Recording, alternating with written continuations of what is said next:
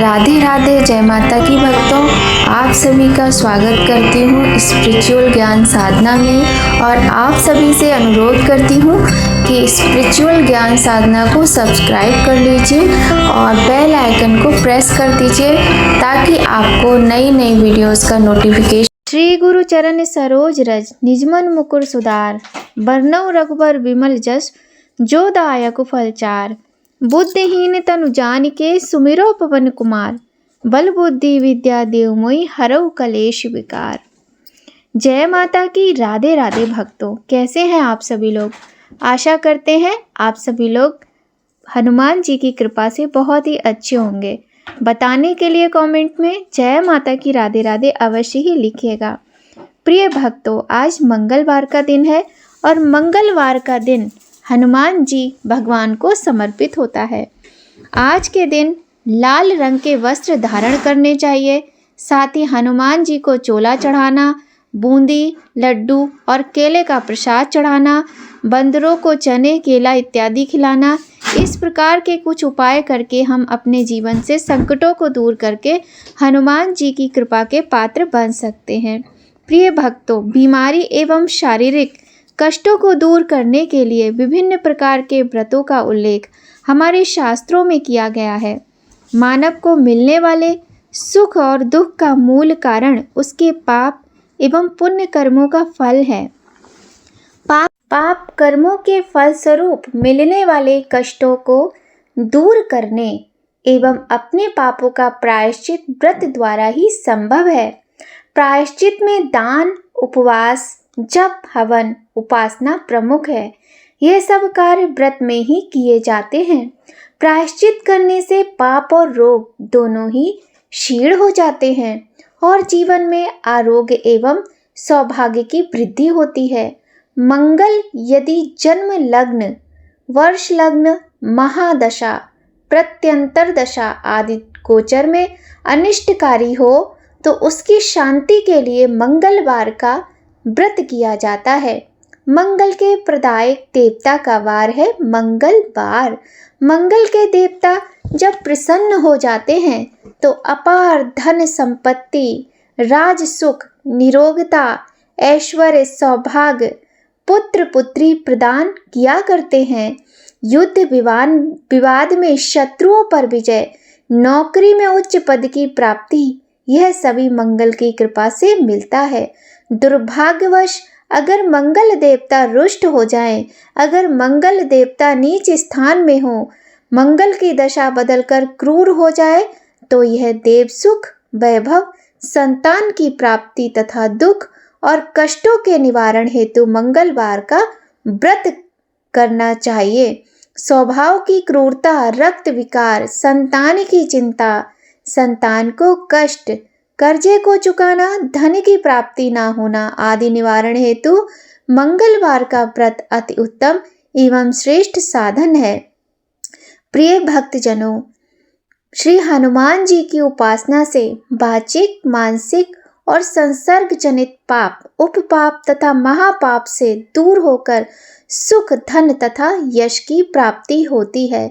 सभी प्रकार के सुख, ऐश्वर्य, रक्त विकार, राज दरबार में सम्मान, उच्च पद प्राप्ति एवं पुत्र प्राप्ति के लिए मंगलवार का व्रत किया जाता है। तो प्रिय भक्तों, आज मंगलवार का दिन है और आज मंगलवार का व्रत किया जाता है।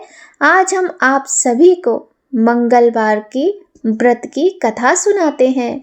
आइए भक्तों, प्रारंभ करते हैं बहुत ही सुंदर, पौराणिक और अत्यंत दुर्लभ कथा। आप सभी से एक बार हाथ जोड़कर निवेदन करते हैं कि कथा को पूरा सुनना चाहिए। बीच में छोड़कर जाने से कथा का पुण्य फल प्राप्त नहीं होता है।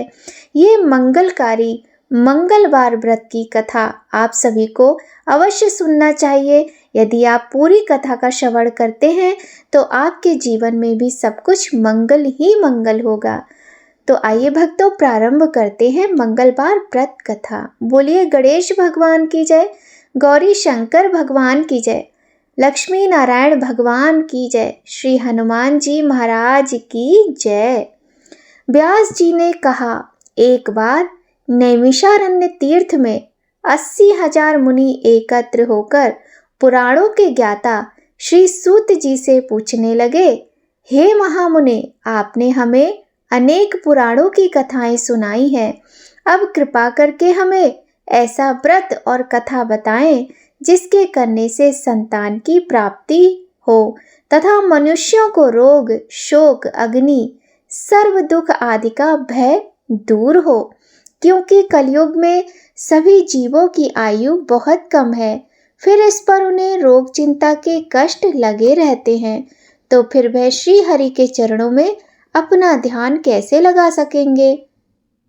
श्री सूत जी बोले, हे मुनियों, आपने लोक कल्याण के लिए बहुत ही उत्तम बात पूछी है। एक बार युधिष्ठिर ने भगवान श्री कृष्ण से लोक कल्याण के लिए यही प्रश्न किया था। भगवान श्री कृष्ण और युधिष्ठिर का संवाद तुम्हारे सामने कहता हूँ, ध्यान देकर सुनो।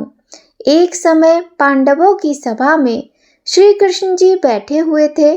तब युधिष्ठिर ने भगवान श्री कृष्ण से प्रश्न किया, हे प्रभु नंद नंदन गोविंद, आपने मेरे लिए अनेकों कथाएं सुनाई हैं।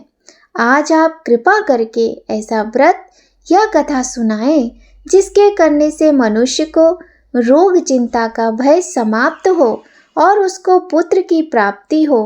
हे प्रभु, बिना पुत्र के जीवन व्यर्थ है। पुत्र के बिना मनुष्य नरकगामी होता है। पुत्र के बिना मनुष्य पितृ ऋण से छुटकारा नहीं पा सकता और ना ही उसका पुनग नामक नरक से उद्धार हो सकता है। अतः पुत्रदायक व्रत बतलाएं। श्री कृष्ण भगवान बोले, हे राजन, मैं एक प्राचीन इतिहास सुनाता हूँ, आप उसे ध्यान पूर्वक सुनो। कुंडलपुर नामक एक नगर था। उसमें नंदा नामक एक ब्राह्मण रहता था। भगवान की कृपा से उसके पास सब कुछ था, फिर भी वह दुखी था। इसका कारण यह था कि ब्राह्मण की स्त्री सुनंदा के कोई संतान ना थी। सुनंदा पतिव्रता स्त्री थी, भक्ति पूर्वक श्री हनुमान जी की आराधना करती थी। मंगलवार के दिन व्रत करके अंत में भोजन बनाकर हनुमान जी का भोग लगाने के बाद स्वयं भोजन करती थी। एक बार मंगलवार के दिन ब्राह्मणी गृह कार्य की अधिकता के कारण हनुमान जी को भोग ना लगा सकी। इस पर उसे बहुत अधिक दुख हुआ।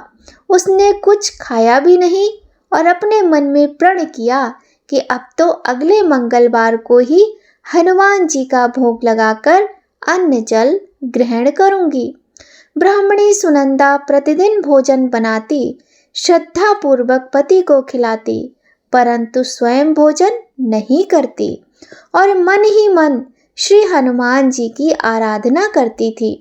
इसी प्रकार 6 दिन गुजर गए और ब्राह्मणी सुनंदा अपने निश्चय के अनुसार भूखी प्यासी निराहार रही। अगले मंगलवार को ब्राह्मणी सुनंदा प्रातः काल ही बेहोश होकर गिर पड़ी। ब्राह्मणी सुनंदा की इस असीम भक्ति के प्रभाव से श्री हनुमान जी बहुत प्रसन्न हुए और प्रकट होकर बोले, सुनंदा, मैं तेरी भक्ति से प्रसन्न हूँ, तो उठ और वर मांग। सुनंदा अपने आराध्य देव श्री हनुमान जी को देखकर आनंद की अधिकता से विह्वल हो श्री हनुमान जी के चरणों में गिरकर बोली, हे प्रभु, मेरे कोई संतान नहीं है, कृपा करके मुझे संतान प्राप्ति का आशीर्वाद दीजिए, आपकी अति कृपा होगी। श्री महावीर जी बोले, तेरी इच्छा पूर्ण होगी, तेरे एक कन्या पैदा होगी, उसके अष्टांग प्रतिदिन सोना दिया करेंगे। इस प्रकार कहकर श्री महावीर जी अंतर ध्यान हो गए। ब्राह्मणी सुनंदा बहुत हर्षित हुई और सभी प्रकार अपने पति से समाचार कहा। ब्राह्मण देव कन्या का वरदान सुनकर कुछ दुखी हुए, परंतु सोना मिलने की बात सुनी तो बहुत प्रसन्न हुए। विचार किया कि ऐसी कन्या के साथ मेरी निर्धनता भी समाप्त हो जाएगी। श्री हनुमान जी की कृपा से वह ब्राह्मणी गर्भवती हुई और गर्भवती होने के बाद 10वें महीने में उसे बहुत ही सुंदर पुत्री की प्राप्ति हुई। यह बच्ची अपने पिता के घर में ठीक उसी तरह से बढ़ने लगी जिस प्रकार शुक्ल पक्ष का चंद्रमा बढ़ता है। 10वें दिन ब्राह्मण ने उस बालिका का नामकरण संस्कार कराया। उसके कुल पुरोहित ने उस बालिका का नाम रत्नावली रखा, क्योंकि यह कन्या सोना प्रदान किया करती थी। इस कन्या ने पूर्व जन्म में बड़े ही विधान से मंगल देव का व्रत किया था। रत्नावली का अष्टांग बहुत सा सोना देता था। उस सोने से नंदा ब्राह्मण बहुत ही धनवान हो गया। अब ब्राह्मणी भी बहुत अभिमान करने लगी थीं। समय बीतता गया। अब रत्नावली 10 वर्ष की हो चली थी। एक दिन जब नंदा ब्राह्मण प्रसन्न चित्त था, तब सुनंदा ने अपने पति से कहा, मेरी पुत्री रत्नावली विवाह के योग्य हो गई है, अतः आप कोई सुंदर तथा योग्य वर देखकर इसका विवाह कर दीजिए। यह सुन ब्राह्मण बोला, अभी तो रत्नावली बहुत छोटी है। तब ब्राह्मणी बोली, शास्त्रों की आज्ञा है कि कन्या 8वें वर्ष में गौरी, 9 वर्ष में रोहिणी, 10वें वर्ष में कन्या, इसके पश्चात रजस्वला हो जाती है। गौरी के दान से पाताल लोक की प्राप्ति होती है, रोहिणी के दान से वैकुंठ लोक की प्राप्ति होती है और कन्या के दान से इंद्रलोक में सुखों की प्राप्ति होती है। अगर हे पतिदेव रजस्वला दान किया जाता है तो घोर नरक की प्राप्ति होती है। इस पर ब्राह्मण बोला, अभी तो रत्नावली मात्र 10 ही वर्ष की है। मैंने तो 16 साल की कन्याओं के विवाह कराए हैं, अभी जल्दी क्या है। तब ब्राह्मणी सुनंदा बोली, आपको तो लोभ अधिक हो गया है। शास्त्रों में कहा गया है कि माता पिता और बड़ा भाई रजस्वला कन्या को देखते हैं तो वह अवश्य ही नरकगामी होते हैं।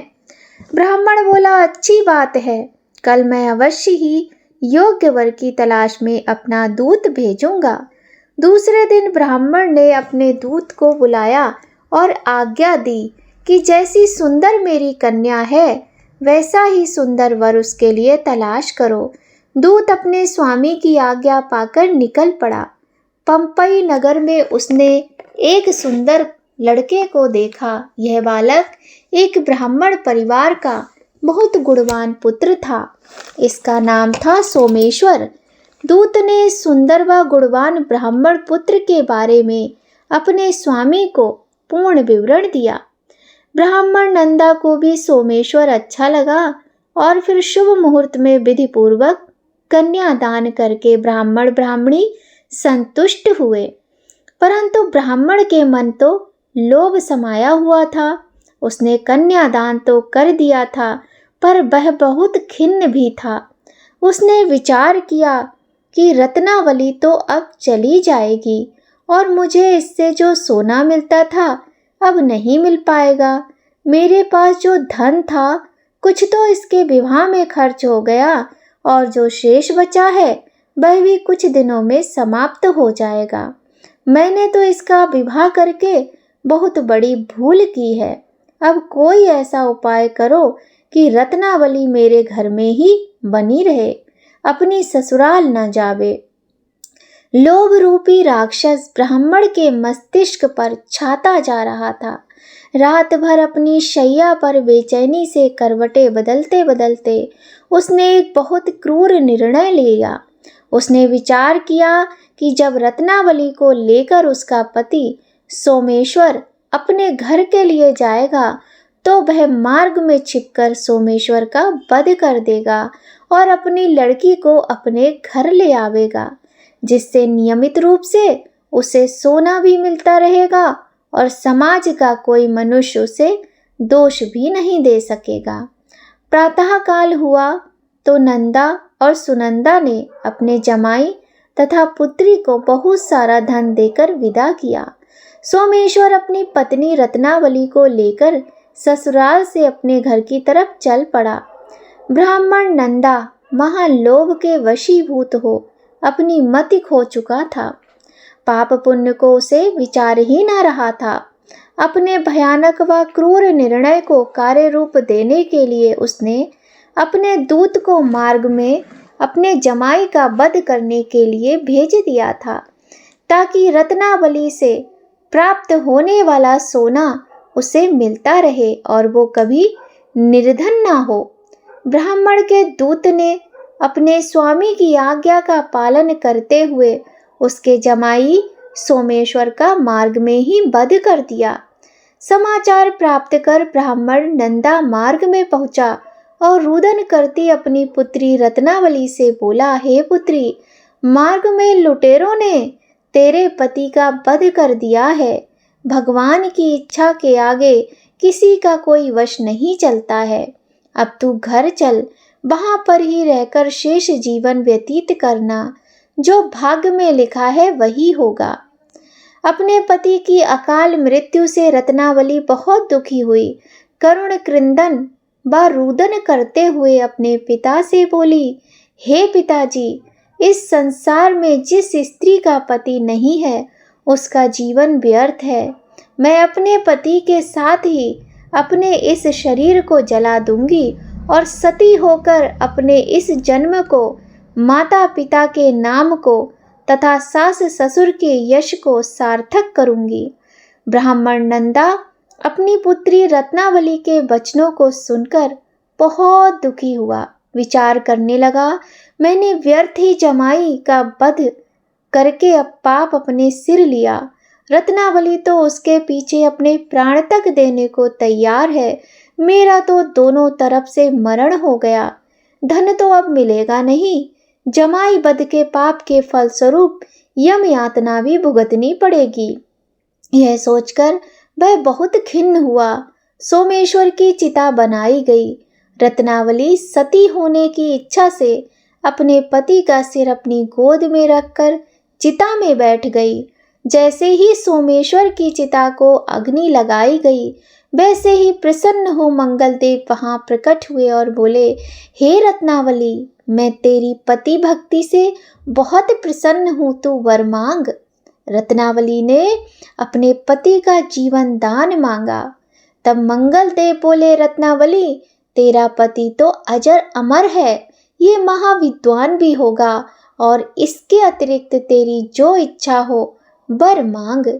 तब रत्नावली बोली, हे ग्रहों के स्वामी, यदि आप मुझ पर प्रसन्न हैं कि तो मुझे ये वरदान दीजिए कि जो भी मनुष्य मंगलवार के दिन प्रातःकाल लाल पुष्प, लाल चंदन से पूजा करके आपका स्मरण करे, उसको रोग व्याधि ना हो, स्वजनों का कभी वियोग ना हो, सर्प अग्नि तथा शत्रुओं का भय ना रहे। जो स्त्री मंगलवार का व्रत करे वह कभी विधवा ना हो। मंगलदेव तथास्तु कहकर अंतर ध्यान हो गए। सोमेश्वर मंगलदेव की कृपा से जीवित हो उठा। रत्नावली अपने पति को पुनः पाकर बहुत ही प्रसन्न हुई और मंगलदेव का व्रत प्रत्येक मंगलवार को करके व्रतराज और मंगलदेव की कृपा से इस लोक में सुख ऐश्वर्य को भोगते हुए अंत में अपने पति के साथ स्वर्ग लोक को गई। बोलिए मंगलदेव भगवान की जय। बोलिए श्री हनुमान जी भगवान की जय।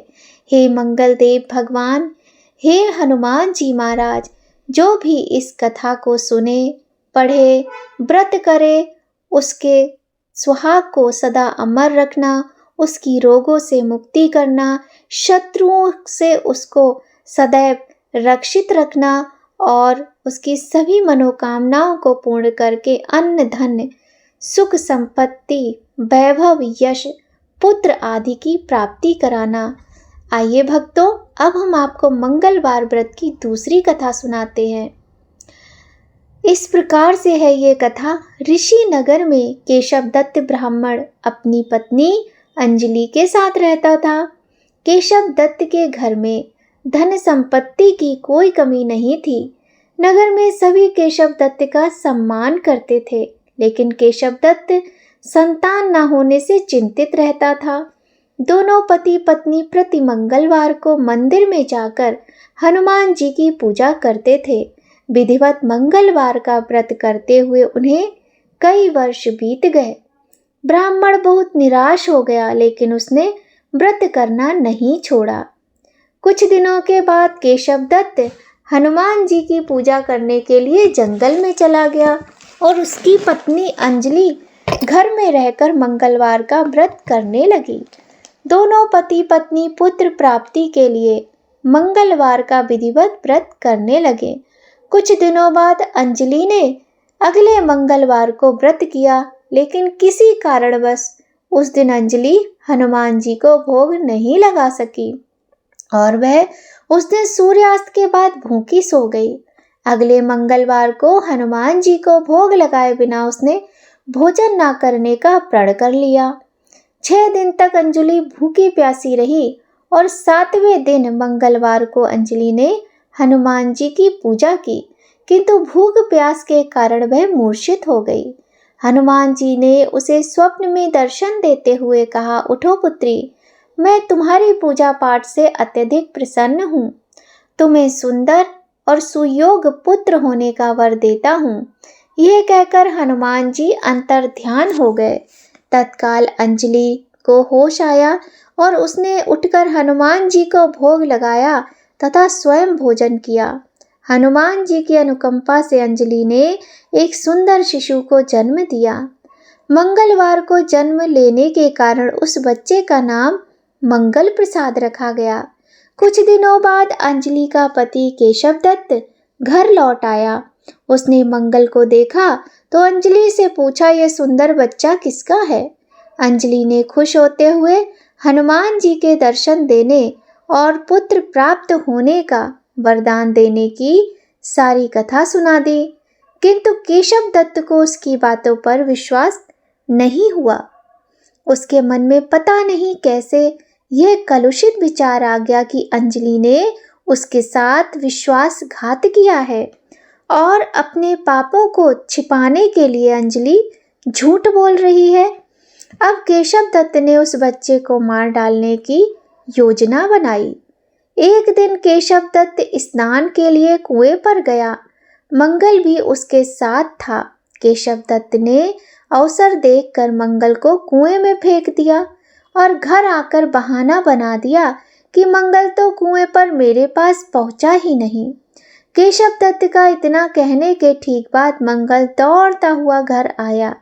केशव दत्त मंगल को देखकर बुरी तरह हैरान हो गया। उसी रात हनुमान जी ने केशव दत्त को स्वप्न में दर्शन देते हुए कहा, तुम दोनों के मंगलवार व्रत करने से प्रसन्न होकर पुत्र जन्म का वर मैंने दिया था, फिर तुम अपनी पत्नी को उल्टा क्यों समझते हो? उसी समय केशव दत्त ने अंजलि को जगाकर उससे क्षमा मांगते हुए स्वप्न में हनुमान जी के दर्शन देने की सारी कथा सुनाई। केशव दत्त ने अपने पुत्र को हृदय से लगाकर बहुत प्रेम किया। उस दिन के बाद वे सभी लोग आनंद पूर्वक रहने लगे। मंगलवार का विधिवत व्रत करने से केशव दत्त और उनके सभी कष्ट दूर हो गए। इस तरह जो भी स्त्री पुरुष विधिवत मंगलवार का व्रत करके कथा सुनते हैं, हनुमान जी उनके सभी कष्ट दूर करके घर में धन संपत्ति का भंडार भर देते हैं। शरीर के सभी रक्त विकार के रोग भी नष्ट हो जाते हैं। बोलिए प्रिय भक्तों, श्री हनुमान जी महाराज की जय। बोलिए मंगल देव भगवान की जय। तो यह थी बहुत ही सुंदर कथाएं मंगलवार के व्रत की। प्रिय भक्तों, यदि आपको आज की वीडियो थोड़ी भी अच्छी लगी हो, वीडियो आपके लिए हेल्पफुल हो, तो इस वीडियो को लाइक करके चैनल को सब्सक्राइब जरूर कर लीजिएगा और बेल आइकन को प्रेस कर दीजिए ताकि आपको महत्वपूर्ण वीडियोस का नोटिफिकेशन समय पर मिल सके। तो भक्तों, आज की वीडियो में बस इतना ही। और किसी भी व्रत में हमें कथा सुनने के बाद भगवान की आरती अवश्य ही करनी चाहिए। यदि आप मंगलवार का व्रत करते हैं तो आपको हनुमान जी के और मंगल देव के मंत्रों का जाप भी अवश्य ही करना चाहिए। तो भक्तों, आप सभी लोग अपना ध्यान रखें, स्वस्थ रहें, प्रसन्न रहें। हनुमान जी भगवान की कृपा आप सभी पर सदा बनी रहे। इसी कामना के साथ आज की वीडियो यहीं पर संपन्न होती है और मिलते हैं आपसे नई कहानी, नई जानकारी के साथ एक नई वीडियो में। तब तक सभी लोग खूब खुश रहिए, स्वस्थ रहिए। जय माता की। राधे राधे भक्तों।